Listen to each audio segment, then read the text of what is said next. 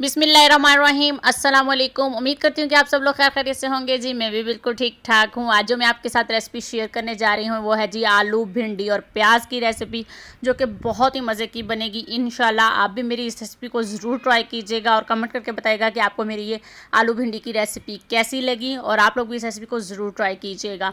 अगर आपने मेरे चैनल को अब तक लाइक और सब्सक्राइब नहीं किया तो प्लीज़ सब्सक्राइब भी कर लें। तो आइए अब हम बनाना शुरू करते हैं जी। तो यहाँ मैंने ले ली है जी 1 किलो भिंडी ली है, जिसे मैंने इस साइज़ में जो है वो कटिंग कर लिया है। अच्छी तरह से इसको मैंने धोकर पहले ड्राई कर लिया था। यहाँ मैंने लिए हैं जी 2 लार्ज साइज़ के प्याज, जिन्हें बारीक कटिंग कर लिया है। यहाँ मैंने लिए हैं जी 2 आलू, जिन्हें मैंने इस शेप में कटिंग कर लिया है। यहाँ जो है मैंने एक प्याज दिया है अलग से, जो मैं एंड में शामिल करूँगी जी। तो इसको मैंने एंड में शामिल करना है। यहाँ मैंने ले लिया है जी 2 टमाटर, इनका मैंने छिलका उतार कर इनको बारीक कटिंग कर लिया है। यहाँ है जी कुछ मसाले, जिसमें है जी हाफ़ टी स्पून हल्दी, 1 टेबल स्पून पीसी लाल मिर्च, 1 टीस्पून पिसा धनिया, 1 टीस्पून नमक, 1 टीस्पून चाट मसाला, 1 टीस्पून अदरक लहसुन का पेस्ट और हाफ लेमन।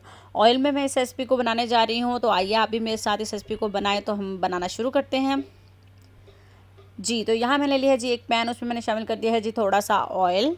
अब मैं इसके अंदर डाल दूँगी जी प्याज हमने यहाँ पर ना ही लाइट गोल्डन करने हैं और ना ही ब्राउन करने हैं, इनको हमने बस हल्का सा सौते करना है जी। तो प्याज हमारे यहाँ पर थोड़े से सॉफ्ट हो चुके हैं। अब मैंने इसके अंदर डाल दिया जी अदरक लहसुन का पेस्ट। अदरक लहसुन का पेस्ट शामिल करने के बाद आपने इसे 1 मिनट के लिए भूनना है अच्छे से। और अब मैं शामिल कर दूँगी जी इसके अंदर टमाटर।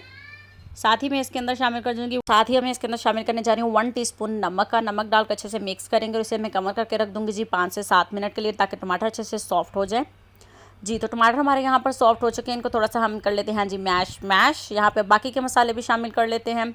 हल्दी, पिसी लाल मिर्च, पिसा धनिया और चाट मसाला डालकर हम इसको अच्छे से मिक्स करेंगे। थोड़ा सा पानी डालेंगे ताकि मसाला हमारा थोड़ा सा सॉफ्ट हो जाए और ऑयल सेपरेट होने लगे जी। तो अब मैं इसके अंदर डालूंगी जी आलू डाल के अच्छे से हम 1 मिनट के लिए इसको अच्छे से मिक्स करेंगे। और थोड़ा सा अब मैं इसके अंदर पानी डालकर इसको कवर करके रख दूँगी जी 7 से 8 मिनट के लिए, ताकि आलू हमारे 90% तक कुक हो जाए जी। तो आलू हमारे यहाँ पर देखिए जी 90% तक कुक हो चुके हैं। अब मैं इसके अंदर शामिल कर दूँगी जी भिंडी शामिल करने के बाद हम इसको अच्छे से मिक्स करेंगे।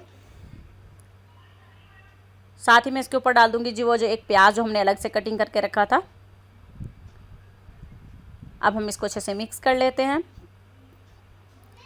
अब मैं इसके अंदर डाल दूँगी जी लेमन जूस, जो हमने हाफ लेमन रखा था उसको मैंने अच्छी तरह से निकाल लिया था जी। तो अब मैं इसको कवर करके रख दूँगी जी 10 मिनट के लिए, ताकि हमारी भिंडी भी अच्छे से सॉफ्ट हो जाए और जो आलू थे बाकी वो भी सॉफ्ट हो चुके हैं जी।